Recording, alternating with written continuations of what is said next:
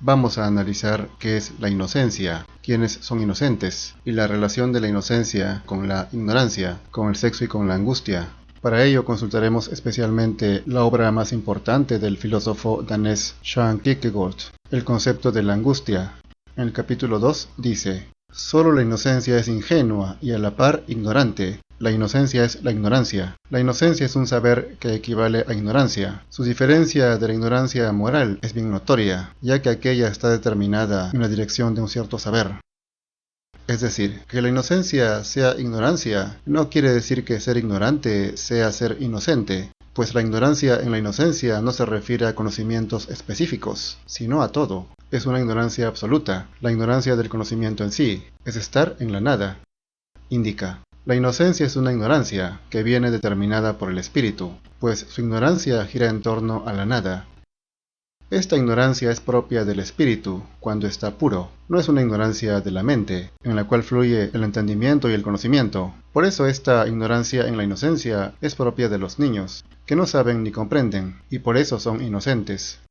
Sentenció Dante: la inocencia solo se encuentra en los niños, y después huye antes de que el vello cubra sus mejillas. En efecto, los niños poseen una ignorancia que les es innata, una ignorancia natural, que les hace inocentes. Todos nacemos con esa inocencia, y por esa razón, afirma Otto Weininger, la inocencia del niño no constituye un mérito. Mérito sería tan solo la inocencia en el viejo, pero esta no existe. En la medida en que el niño se convierte en hombre, va perdiendo la inocencia, pues aprende cosas, tanto buenas cuanto malas, y nadie es tan perfecto como para llegar a viejo sin haber perdido nunca la inocencia. Porque ser inocente es ser niño, y si uno siempre fuera niño, nunca moriría. Dijo Emerson: cuando los hombres sean inocentes, la vida será más larga y llegará a ser inmortal. En la medida en que uno mantenga la pureza de la inocencia, una pureza natural, vivirá más tiempo. Pero ¿qué es la inocencia en sí? Se sabe que es la ausencia de culpa, según la RAE, estado del alma limpia de culpa.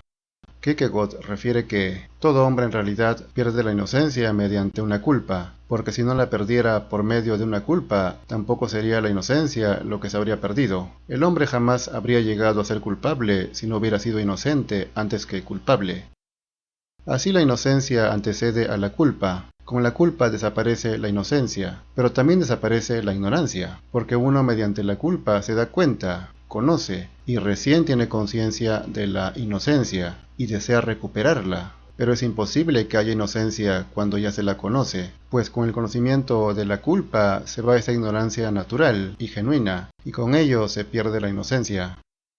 Asegura: el que tiene deseos de inocencia demuestra bien a las claras que la ha perdido, y con ello comete un nuevo pecado, a saber, el pecado de perder el tiempo en vanos anhelos. Que alguien busque la inocencia quiere decir que la ha perdido, o sea que no es inocente. Y si no es inocente, ¿cómo podrá alcanzar la inocencia? Es imposible. Por eso la inocencia, una vez perdida, no se recupera. No vuelve esa pureza propia del niño. Como cuando Nietzsche dice que son castos los que preguntan qué es la castidad. De la misma manera, son inocentes los que ignoran qué es la inocencia. Y uno no puede buscar lo que no conoce, y solo esto podría ser la inocencia. En otro pasaje también dice Nietzsche: si al menos fueras un animal perfecto, pero para hacerlo se necesita la inocencia. ¿Piensas que te aconsejo matar tus sentidos? Te aconsejo la inocencia de los sentidos. Es decir, uno no ha de reprimirse totalmente, o inutilizar sus sentidos, y renunciar a ellos forzosamente, creyendo que así será puro e inocente, sino que esto tiene que nacer, para ser realmente inocente. Los sentidos tienen que ser inocentes, o sea, tiene que haber naturalidad, como ocurre en la niñez. De manera que no se trata de buscar la inocencia, o de esforzarse por ser inocente, puesto que la inocencia no es una virtud. La inocencia es más a menudo una felicidad que una virtud, dijo Anatole France. La virtud sí requiere esfuerzo, y uno puede ser muy virtuoso si se esfuerza, pero es diferente con la inocencia, que es algo espontáneo y natural.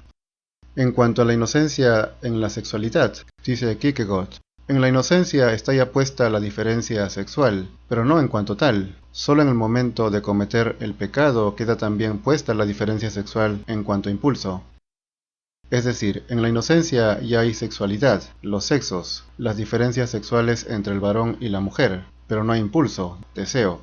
El autor aquí se refiere al libro de Génesis, más que a la realidad concreta, donde se relata la caída del hombre, que pierde la inocencia debido al pecado, que lo convierte en culpable. Asegura: con la pecaminosidad quedó puesta la sexualidad. En ese mismo instante comienza la historia de la especie humana. O sea, con el sexo empieza la reproducción, y empieza a poblarse la tierra, y empieza la historia del hombre. Es evidente que Adán y Eva no fueron productos de relaciones sexuales de nadie, pues serían los primeros seres humanos, pero a partir de ellos el sexo fue algo necesario para reproducirse. También dice: lo sexual desde luego no es pecaminosidad, pero si Adán no hubiese pecado, entonces lo sexual nunca habría existido en cuanto a impulso. A esto se refiere, al impulso. Ese deseo que se siente por el sexo opuesto surge a partir del pecado adánico, en la madurez. Por eso el niño no lo tiene y es inocente, es decir, por naturaleza el pequeño no siente ese deseo. Otra cosa es la costumbre, y por eso es fundamental la educación del chico, alejándolo de aquello que lo pueda pervertir. Ahora bien, como la inocencia es ignorancia, tener conocimiento del sexo también elimina la inocencia. Indica: hablar de ingenuidad cuando ya se tiene conciencia de lo sexual equivale a irreflexión o afectación, y a veces algo mucho peor, a un encubrimiento de los placeres correspondientes. Es obvio que una persona que tenga conocimiento de lo sexual, así sea un pequeño, nunca va a reaccionar igual que si lo ignorara en absoluto. La inocencia y la naturalidad, la ingenuidad real, solo se da cuando se desconoce lo sexual, y esto solo puede ocurrir en la niñez. Cuando llega la pubertad se hace imposible. Por esta razón, sí sería comprensible que los padres eviten hablarles de sexo a sus hijos pequeños, porque les arrebatarían la inocencia, y no por simple temor a la vergüenza de hablar de esos temas. Ahora bien, la inocencia también se relaciona con la angustia. Dice: en el estado de inocencia hay paz y reposo, pero también hay otra cosa, por más que esta no sea guerra ni combate, pues sin duda que no hay nada contra que luchar. ¿Qué es entonces lo que hay? Precisamente eso, nada. ¿Y qué efectos tiene la nada? La nada engendra la angustia. Este es el profundo misterio de la inocencia, que ella sea al mismo tiempo la angustia. La inocencia, además de ignorancia, también es angustia, y esta angustia se produce por el estado de la nada en que se encuentra el espíritu, que está como en sueños. Indica: en la inocencia no está el hombre determinado como espíritu, sino solo anímicamente determinado, en unidad inmediata con su naturalidad. El espíritu está entonces en el hombre como soñando. El espíritu está ahí, pero no es consciente de la realidad exterior, sino que proyecta su propia realidad, que es la nada, y por eso percibe diferente las cosas, sin el prejuicio o el conocimiento previo que se tiene de ellas, y por eso la reacción del inocente es distinta a la reacción del que no es inocente. En uno puede haber malicia o mala fe, mientras que en el otro nunca habrá nada de eso, pues para la inocencia no hay bien ni mal. Refiere: a propósito de la distinción entre el bien y el mal, la inocencia puede muy bien tener en sus labios tal distinción, mas en la realidad esta no existe para ella. No es que la inocencia esté más allá del bien y del mal, como diría Nietzsche, sino que estaría más acá, o sea, antes del bien y del mal. Cuando se llega a distinguir el bien y el mal, se pierde la ignorancia natural, y por ende la inocencia, y el espíritu deja de soñar, y empieza a captar la realidad. La mayoría, desde luego, se mantiene de por vida en un estado de somnolencia espiritual permanente, puesto que no desarrollan su espíritu, que aunque desprovisto de inocencia, está listo para ser cultivado. El origen de la distinción entre el bien y el mal se remontaría, según Kierkegaard, a la caída del hombre, cuando éste comió el fruto prohibido. Dice: la diferencia entre el bien y el mal surgió en el mismo momento de comer el fruto del árbol prohibido, y junto con esa diferencia apareció también la diversidad sexual en cuanto a impulso. Este árbol prohibido era un árbol del paraíso, que precisamente se llama árbol del conocimiento del bien y del mal, esto según el cristianismo. Volviendo a la angustia, el filósofo danés aclara que la angustia que hay en la inocencia no es por lo pronto ninguna culpa, y además no es ninguna carga pesada, ni ningún sufrimiento que no pueda conciliarse con la felicidad propia de la inocencia. A pesar de que, como se dijo, la inocencia produce también angustia, esta angustia nunca es tan grande que pueda superar la ventura y la dicha propias de la inocencia. La inocencia siempre será feliz, precisamente porque está limpia del conocimiento, el conocimiento mundano, el conocimiento del bien y del mal. La inocencia siempre será feliz porque es ignorancia, esa ignorancia que viene de la naturalidad de la nada.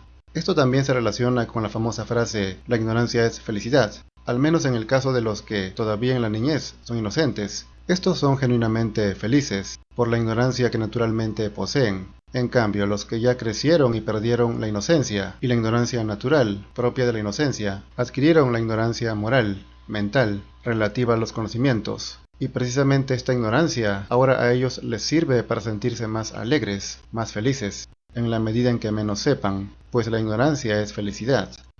Claro que en caso de ellos no es una auténtica felicidad, sino que a menudo es un engaño, y por eso la mayoría viven engañados, o mejor dicho, se engañan a sí mismos.